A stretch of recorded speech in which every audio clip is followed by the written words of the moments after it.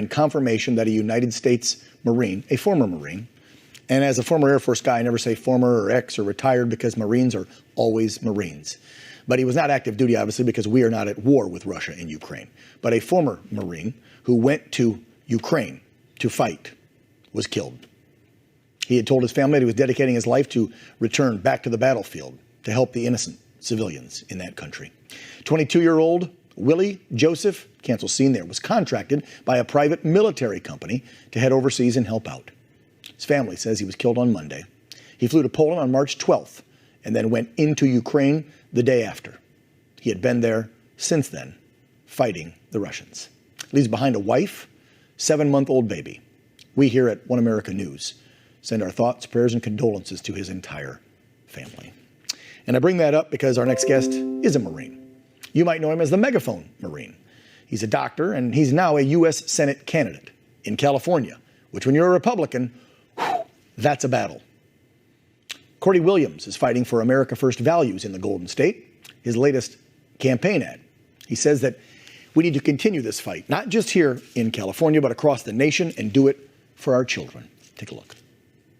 To come here today because I knew I had to take a stand for liberty. Now is the time for you to decide. What side of history do you want to be on? California has never been in such a time of peril as this one, with gas prices soaring, inflation skyrocketing, immigration that's out of control, homelessness, and people that are hopeless.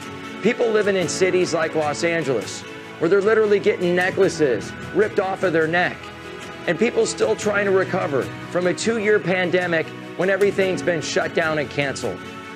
Some of the politicians that have been extorting this country and this state for decades upon decades are the same people that have this so-called political experience. These people are not only part of the state swamp, they're part of the federal swamp. These poor excuses for human beings have done everything the last 2 years to divide us. They've talked about race. They've talked about gender. They've talked about the 49% that separates us instead of the 51% that unites us. All right, in our candidate spotlight tonight, let's welcome Dr. Cordie Williams back to the program. Hey, Jarhead, how you been?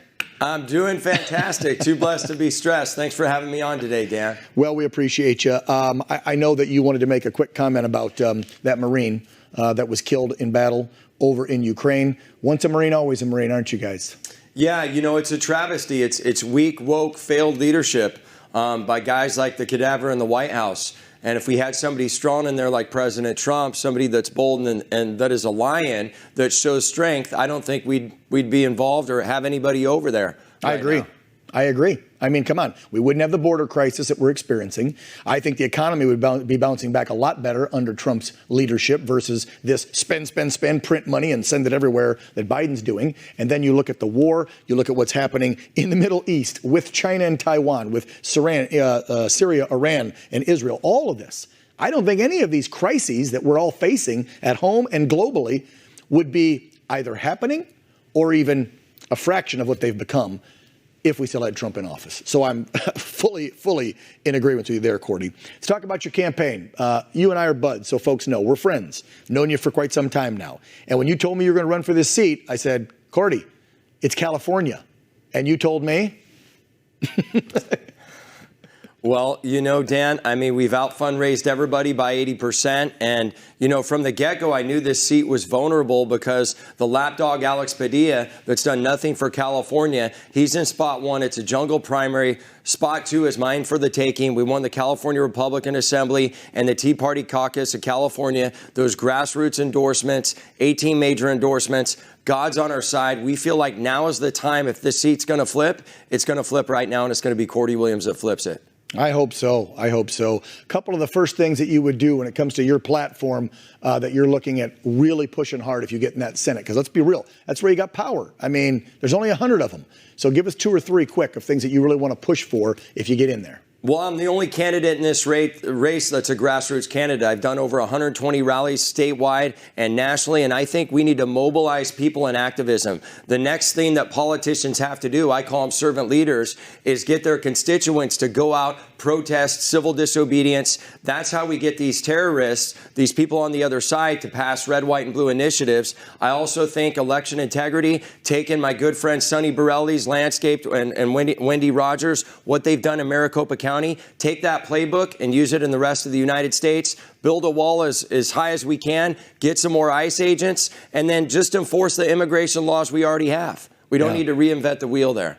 You've been doing great, like I said, crisscrossing the country, the state, raising a lot of cash and getting headways. Do you think it would come this fast? Because remember, I told you I worried about you, and you're pretty popular out there now, not just with Republicans, but there's some independents, and I would say even probably some ex-Democrats that have been showing up to your speeches and checking you out. That's got to feel good, right?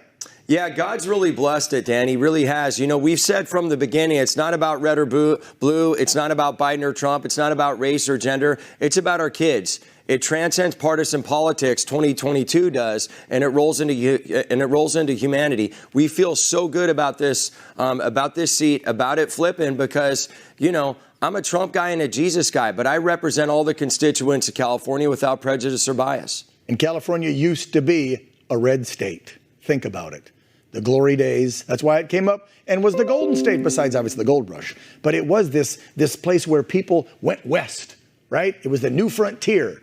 And when Reagan ran it, it was running pretty good. Cordie Williams, the site is Cordie4, the number, Senate.com if you want to check out his campaign, donate.